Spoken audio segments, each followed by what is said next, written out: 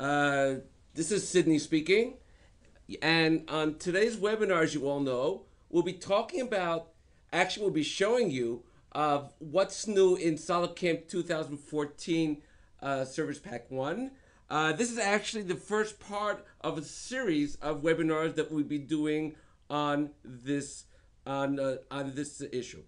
Now, the changes that I'll be showing you today, or I should say the improvements that I'll be showing to you today, are improvements that will actually make your daily working with SolidCAM a lot easier than it was today. SolidCAM as it is, it's very easy to use, but now it's even easier than it was before with a lot of these improvements that we've added on now. So let's actually get right into it and start with the webinar. Just a quick though reminder that if you do have any questions, at the end of the webinar, I will go through the questions. All you have to do is click on raise hand. In the area for questions, just write down your question, and don't forget to click on the send button after you write down the question. At the end of the webinar, I will go through the questions and answer them to the best of my ability. Okay, so let's get started. Okay, the first thing I'd like to deal with is show you some of the improvements that we've made in handling our coordinate system. As we'll start in this particular part over here, I'll start I'll start a new project of milling, and I'll accept that. And now we'll go directly into our creating of our coordinate system. When I click on define, the first thing I'd like to point out is that we've added an option inside here.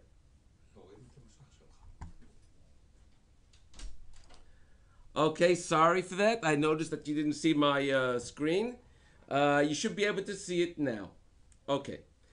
So let me start again from this point. I'll be starting from the part that we see on the screen over here. And I'll be creating a new operation, a new project on this part over here. So we've gone into the area where we have to define our coordinate system. If we click on define coordinate system, the first change you'll note is this little detail over here. It's called high precision fastening.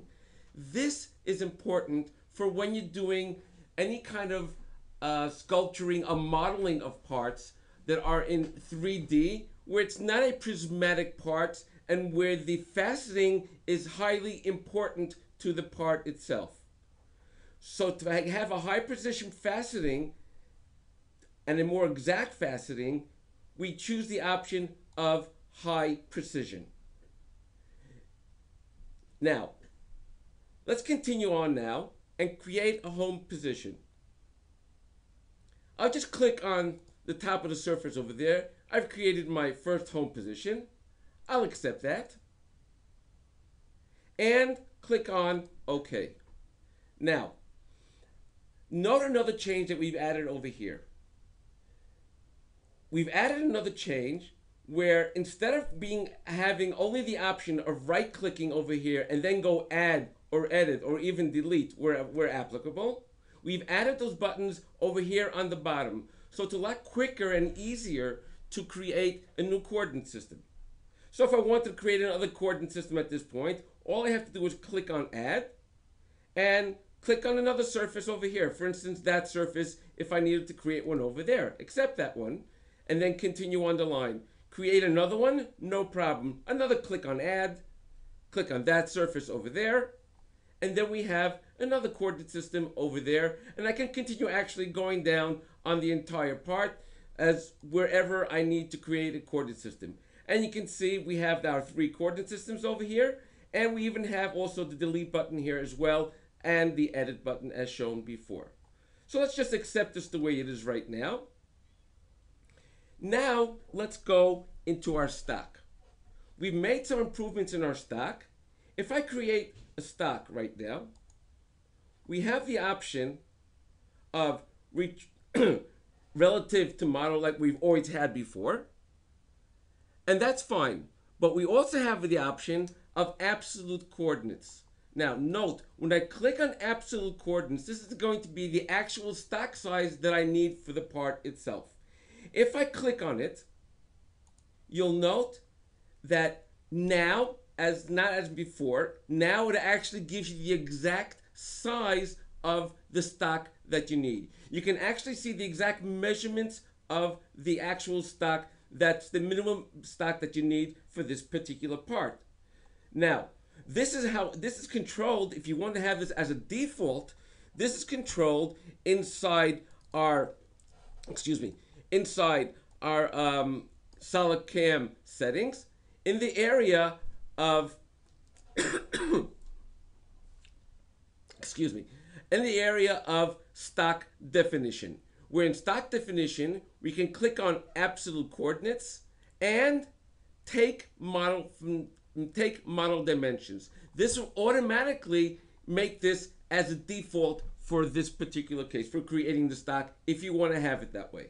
I'll just accept this the way it is right now. And we'll go into starting to create the operations. Now, before we go into creating the operations, let's take a look now at our Coordinate System Manager.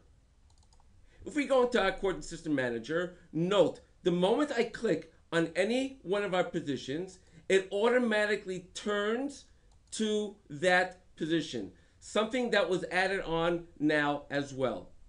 And this addition, by the way, can also be controlled, in case you don't want it, also in our SolidCAM settings. If we go into our SolidCAM settings under the area of miscellaneous, you'll see that we have the area over here called Auto Rotate Model to Isometric View. And we have clicked on over here, checked off, on Select of Coordinate System in Coordinate System Manager. So when this is checked off, every single time you touch a coordinate system, it'll automatically turn the part to that coordinate system as well, as shown over here.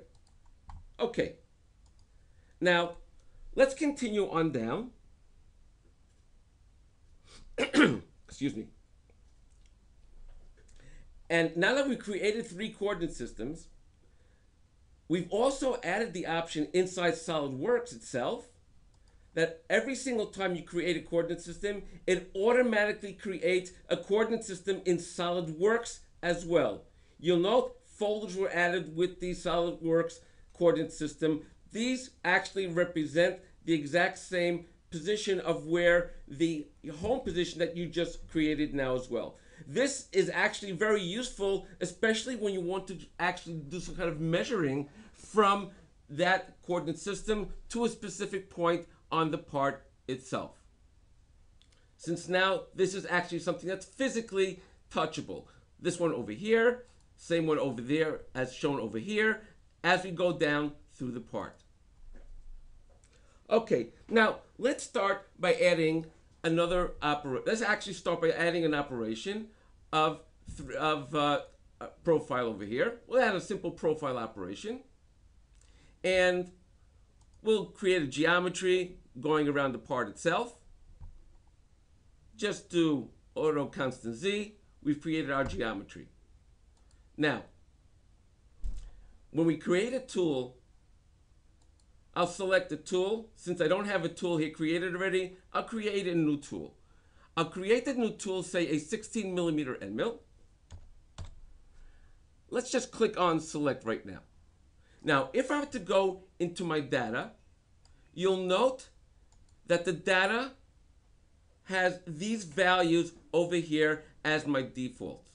We've added actually a control for these defaults inside my SolidCAM settings as well. Let's go out of here for a moment. And I'll save the geometry for now. Let's go into our SolidCAM settings. And we'll go into spin and feed defaults. If I were to change my default values, for instance, for my lead in, feed links, and lead in and lead out, say I'll have my feed links at 250%, and my feed lead in at 25%, and my feed lead out at 175%. These are just examples that I'm using right now. And I'll click on OK for now. Now, if I create a new operation, as I just did before, the exact same thing, take the geometry I created before, choose a tool, or create a tool in this particular case, my 16mm end mill. Note that my default data feed lead in is at 25% now. My feed lead out is at 175%, exactly the way I set my default. So I have complete control now of these defaults inside the part itself. Now let me just save the part. I'll do save and calculate and take a look what happens inside our SolidCAM manager on the side.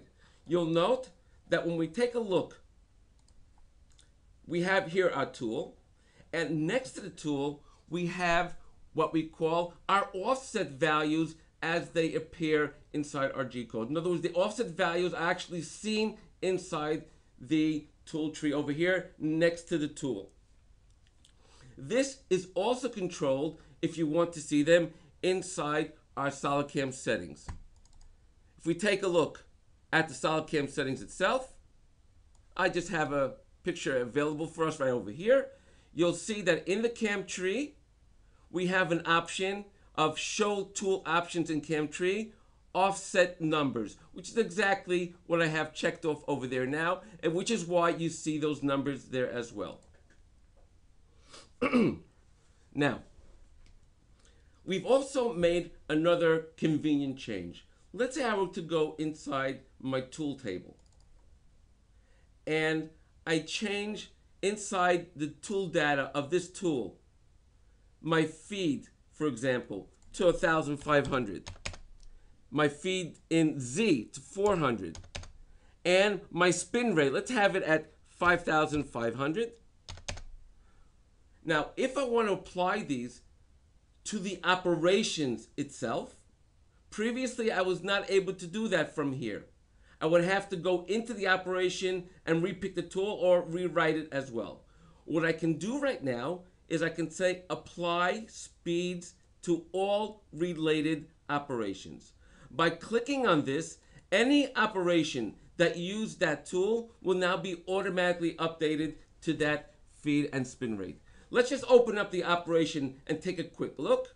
If I have to go into my tool, into my data, you'll note my feed is now exactly the way I had changed it to, 1,500, feed Z, 400, and my spin rate is at 5,500. Exactly the way I changed it in this particular case. Okay, now let's open up another part.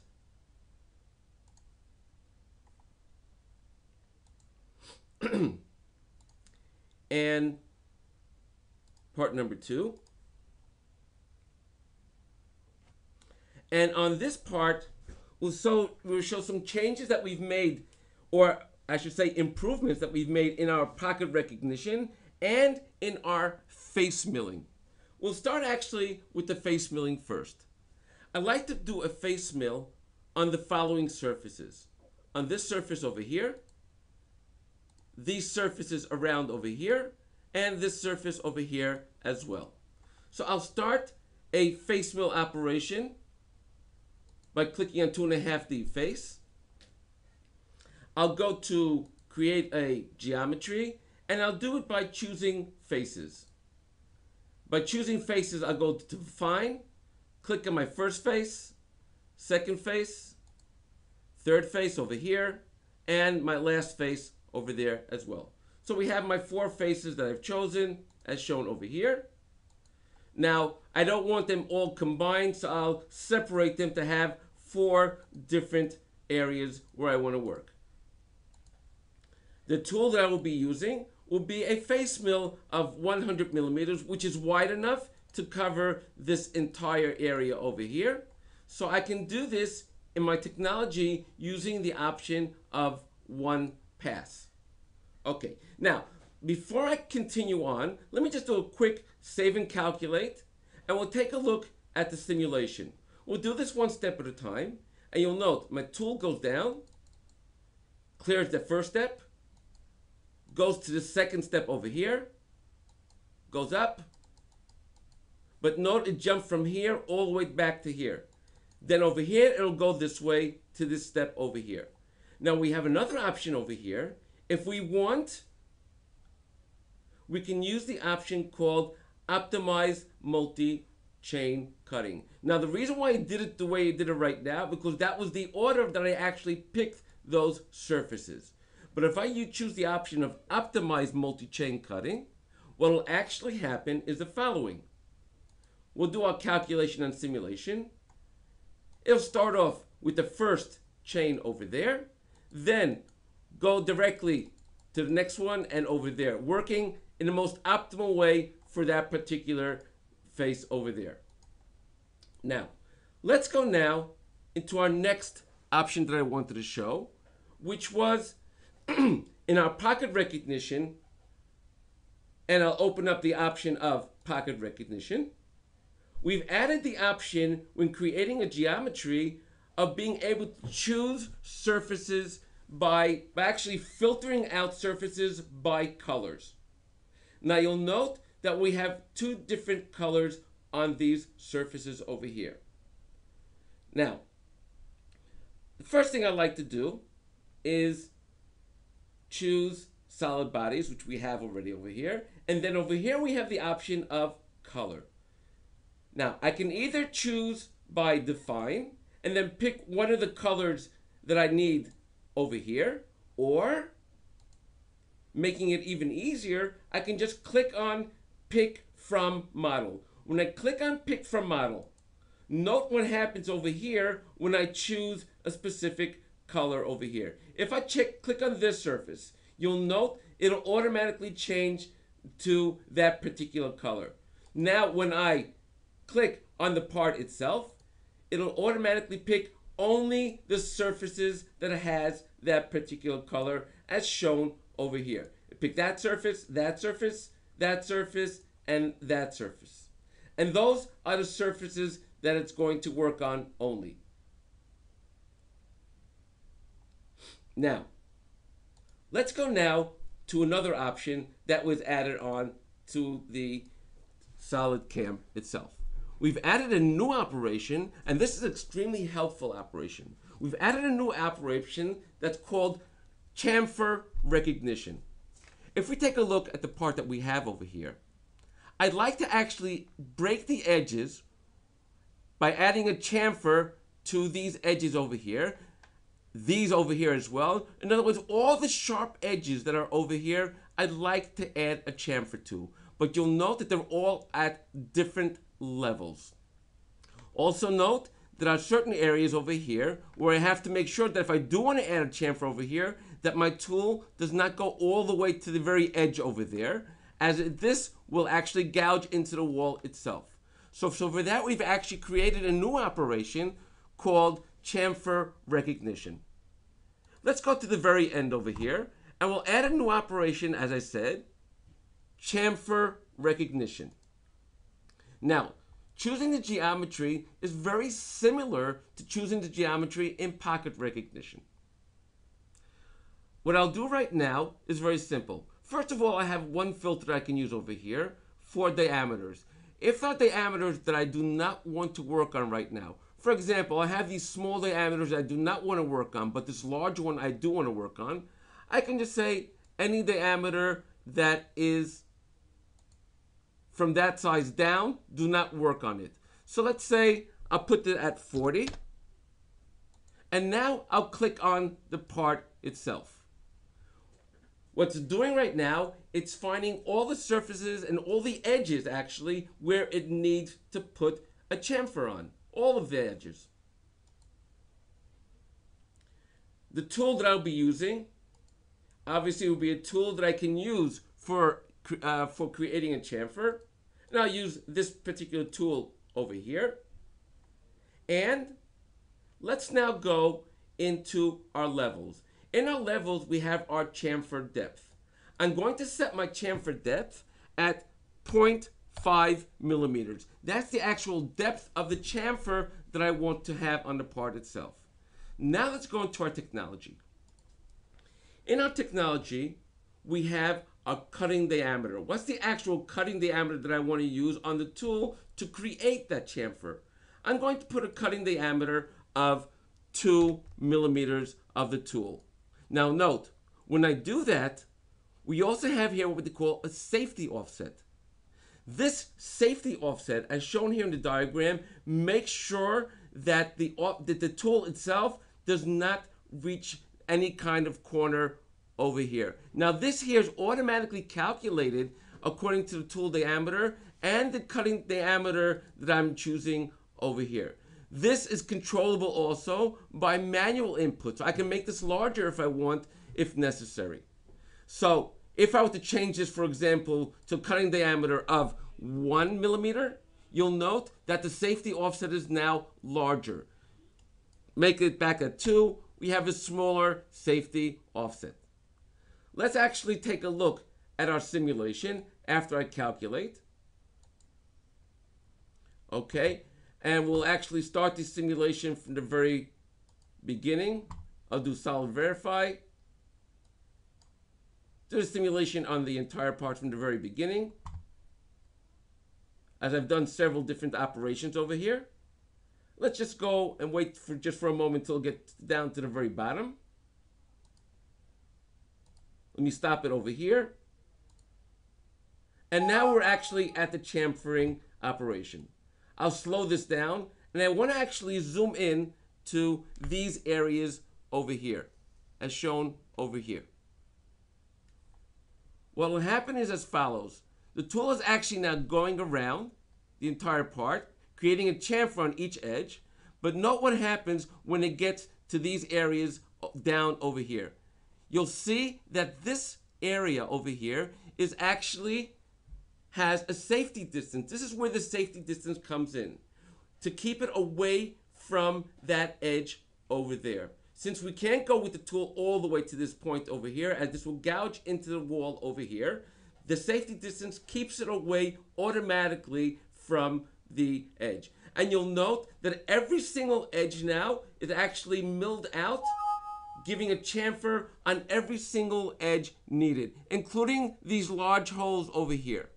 This is done now in one simple operation, making it a lot easier to create chamfers on the part. And this is done, honestly, very simply. Okay. Now let's load my next part.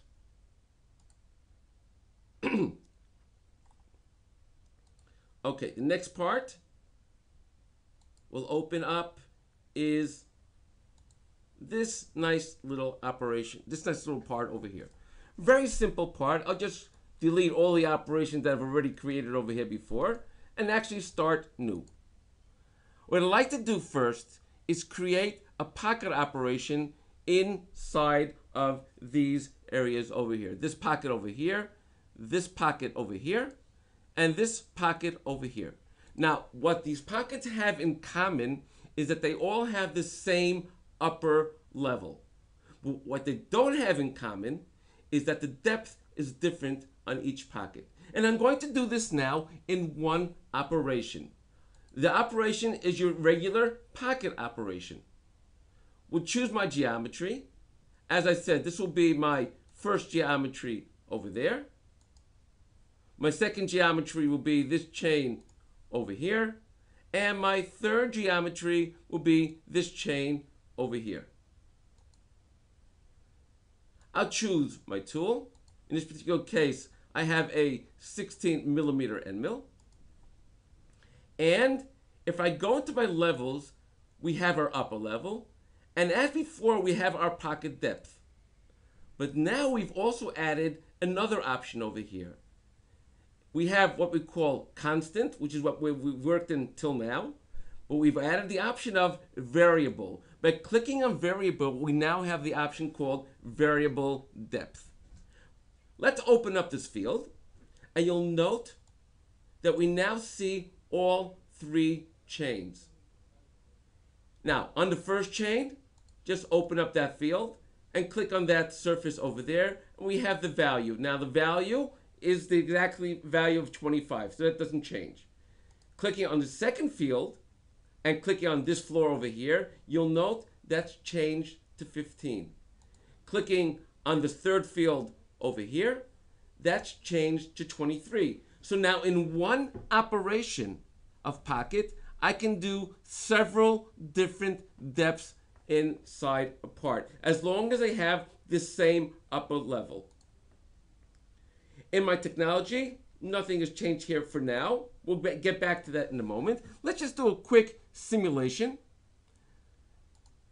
And we'll actually take a look at the part from the side, and we'll put it in wireframe so we can actually see through the part itself.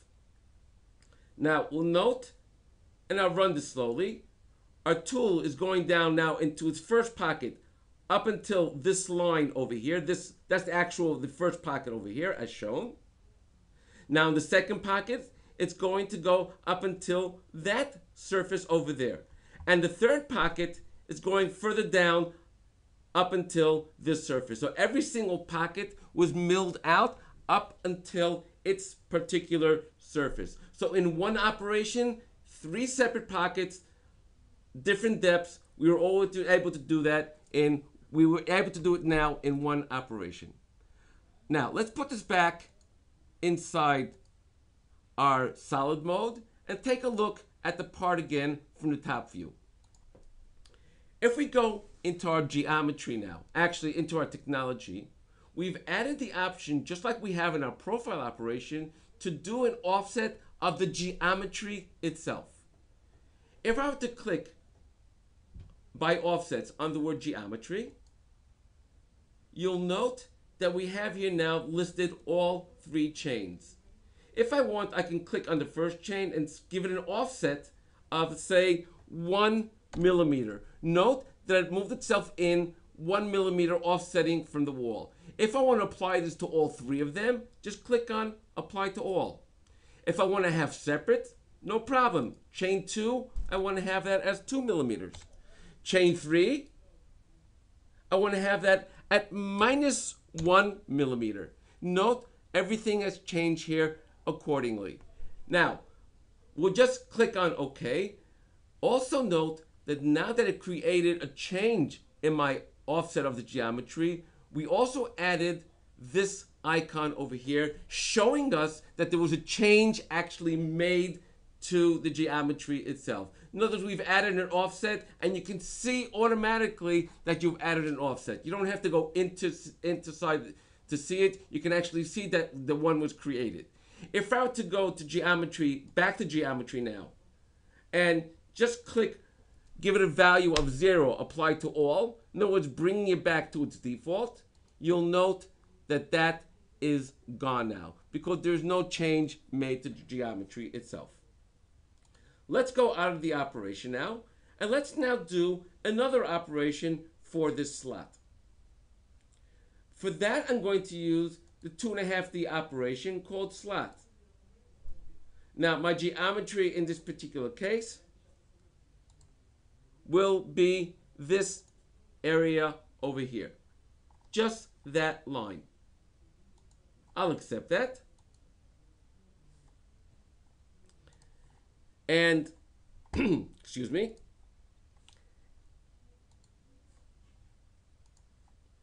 And now, we'll choose our tool. When I select the tool, I'll choose my 10 millimeter end mill. And now let's go to our technology. We'll give it a step down of, say, let's say every 10 millimeters. And my depth will be up until that area, that line over there. That's my depth. Now we have the option inside over here next to the area of modify. We also can change our geometry itself, just like in profile as well. So we've actually made a change not only in pocket, we've added the option also inside our slot as well. I can give it now an offset. Note right now it's going directly in the middle. But what if I need to move it over a slight bit because of tolerance consideration? No problem. I can actually offset this any way I want. Let's offset it, for example, for 1 millimeter, and we can see it's actually moving over by 1 millimeter on the part itself. Over here also, we have the sign the icon actually showing us that a change was made. Now, we've also added actually one other option. Let's say, for example, I've done this slot over here, but I also have to do it on this side. In other words, mirrored inside the part itself. Well, I don't have to go out of my operation in order to create a translated surface on the other side, a transform on the other side. We have the option right inside the operation itself. At the very bottom over here, we have what we call transformation. By clicking on it, it'll bring me directly into the transformation operations, and I can choose, for example, as I said, mirror right over here on the spot. I want to mirror it around my X, including the origin operation, and click on OK. Let's take a look at our simulation, and you see now that it's working on one side as well as working on the other side as well over here. So now within the operation, we can actually do a transform as well. Now, that's not the only place we've actually made an offset change. Let's go now into another 2.5D operation called drilling. Now, I'm going to choose my geometry, and my geometry is going to be these holes as shown over here. Now, note the moment I've created my geometry, we have the option of edit geometry. By clicking on modify, you'll note that we have each one of these holes over here, each one of these points as shown over here, and I can actually shift them any way I'd like to. I can shift them in the X direction, for example, minus 10 millimeters as the first one over here, and my shift Y also minus 10. Note that it's shifted over here. I can go to my second one and do the same thing. I want to have it minus 10, but my Y at 10. Note that it's shifted to this point over here. In other words, I can make changes in every single hole where I want to, making any kind of considerations for tolerances, moving it a tenth here or a tenth there. Any single way I want, I can move it to any single point. Okay. Now, excuse me.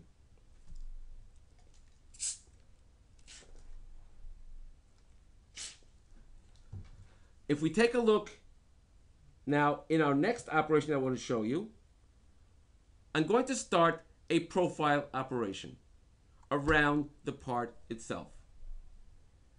We'll go into 2.5D profile. I'll create a geometry around the profile itself. Let's just start from this area over here and do auto constant Z. Now let's take a look at the top view over here. Note that my geometry is running in this direction. In other words, I want to work on the outside, I'm actually have to work on the right-hand side. But I actually want to reverse this. Now, previously, in order to reverse this, I would have to right-click over here and click on reverse. What I can do now is just click on that, as shown over here, and on my keyboard, just click on F5. By hitting F5 on my keyboard, it automatically changes the direction of the chain that I'm actually sitting on. So let's keep it at this direction as shown over here. And now I'll choose my tool. The tool that I'm going to choose, I'll choose my 16mm end mill. We have our levels. Just give it a depth of all the way to the very bottom over there. No problem at all. And now let's go into our technology field. Taking a look at the technology field, we have the option of clear offsets. Let's say I have excess material over here, and I have to use an offset of, say, 20 millimeters to take off. Start out from 20 millimeters on the outside, and every step over is going to be 8 millimeters. If I go into my links, we have our lead-in. Let's do a lead-in of an arc of, say, 5 millimeters. And we'll have the same for our lead out. Now, one moment, please.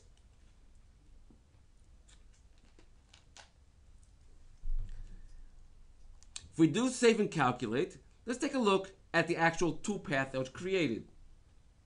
The tool actually goes down. Let's zoom out just a touch. Now, note what happens when it gets to this area. Actually, let me get rid of the tool itself so we can see just the tool path itself. Note the tool path, when it gets to that point, it goes directly straight into the material and then continues on around the part. And that's the way it always worked. Now, when it gets to its last pass, it'll actually then do another lead in on the last pass itself. Okay, now, what we've added over here is an option now for those adjacent passes connection. Up until now, we only worked linear. Now we have the option of two separate options, one called rounded, another one called use lead in, lead out. If we take a look at the rounded option, you can see that actually in the diagram over here of exactly what's going to happen. Let's see it exactly in our simulation itself. You'll see our tool goes around, and note, and I'll zoom into this area over here, when it finishes this area, it actually arcs down into the material itself, and then when it gets to the next surface, it arcs back out onto the actual edge itself. Let's continue on around, and it does this all the way down until the very last pass where it does, it's lead in and lead out. The other option that we have here is actually use lead in and lead out. What actually happened now is that for every single pass, it'll do a lead in and lead out. Note, it does a lead in and lead out on this one, goes to the next one, does the exact same thing. On each one of the passes, it has a separate lead in and lead out for that particular tool pass as it's working its way into the part itself. Okay, now let's open up the last part and we'll show the improvements or the new operations that we actually have inside our Toolbox Operations. So let's open up the part which I have over here called Toolbox.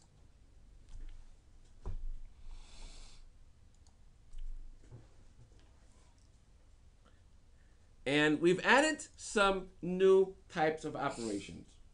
The first operation that we've added is actually for the simple slot over here, but for working with tools that have inserts.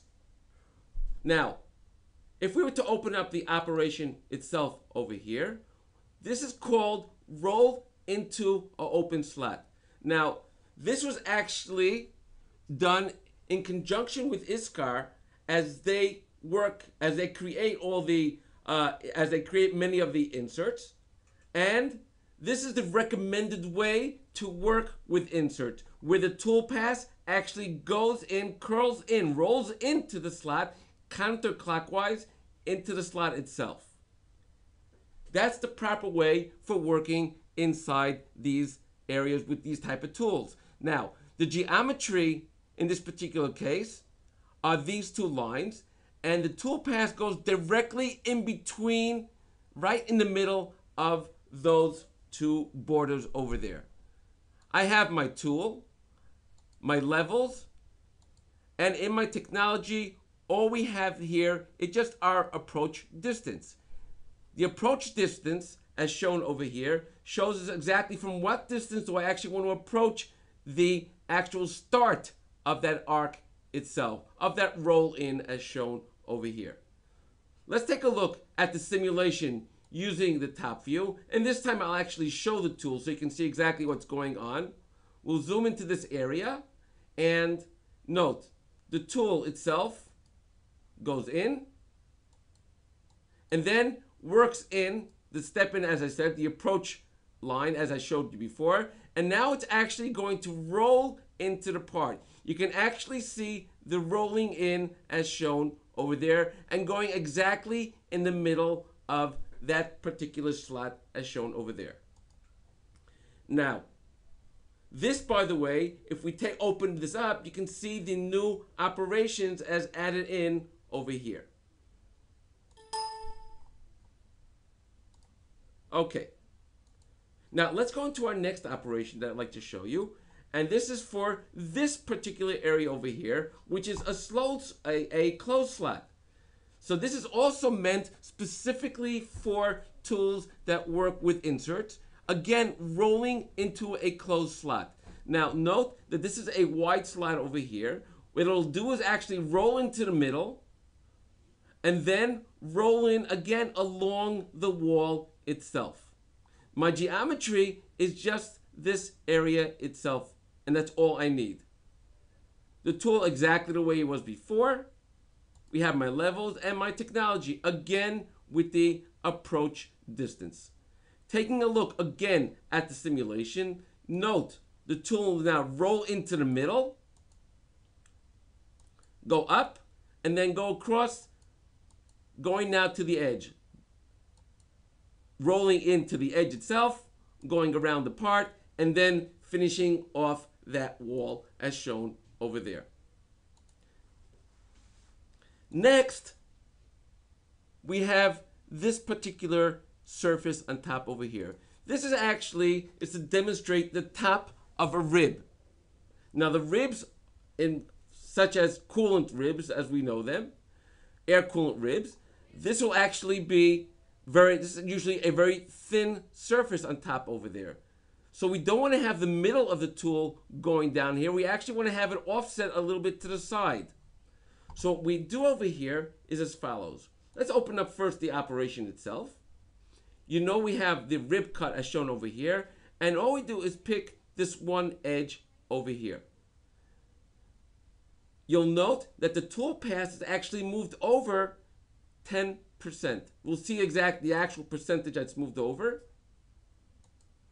The tool in this particular case is 16 millimeter end mill. The levels is being kept at the very top in this particular case.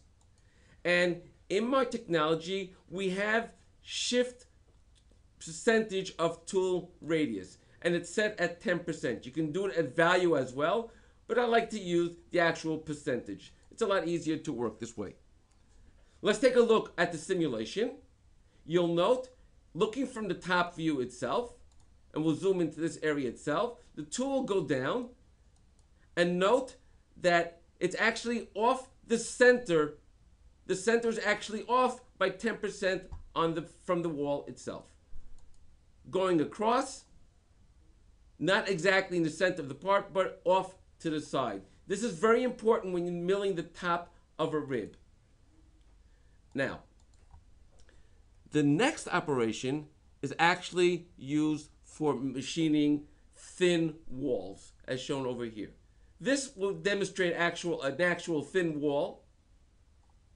If we go into the operation that I have over here, you'll note we have the operation called thin wall machining. The thin wall machining chooses geometry of two lines, as shown over here, the very top over here. If I show it on the part itself, you can see it's these two edges over here. The direction does not make a difference in which way you pick the direction itself. The tool, again, I'll be using a 16 millimeter end mill. Actually, this is an insert mill, I should mention. But this also can be used for regular mill as well. If I were to go into my levels, I'm going down 22 millimeters into the part. Now, in my technology, we have two different options. One called Christmas and one called step support. Let's first start with step support. I'm going to step down on the walls itself every 5 millimeters as shown over here. That's my step down. Now, if I were to run my simulation, I want you to note exactly what happens on the step down. And now work looking from this direction over here. You can see the following. My first step down will not go down the full 5 millimeters, except actually halfway in between that. We'll go across the part, go up, And on the other side, it'll go down to 5 millimeters. In other words, now this side is actually deeper than this side. So it still has support from this side over here. So it won't bend the wall. Now again, it goes across that wall, and this side even goes even deeper than this side. And as it goes down, it keeps on stepping down deeper and deeper into the part. Let's actually take a side view of the part now so you can see the actual complete tool pass. Going down each step a little further until it gets back down. The first step was a short amount of distance, but the next step was 5 millimeters up until it got towards the bottom itself. By doing that, you always have support on the very side of your wall itself, preventing the wall from actually bending out of shape. Now, another option is very useful for when you have to actually do a clear offset, milling out material from the side in as well, not just a simple pass on the side. For that, we have an option called, instead of step support, called Christmas. Note what happens in the clear offset. Now, the reason why it's called Christmas is because it takes the shape of a Christmas tree. For example, we have our clear offset of every 16 millimeters, of a total of 16 millimeters.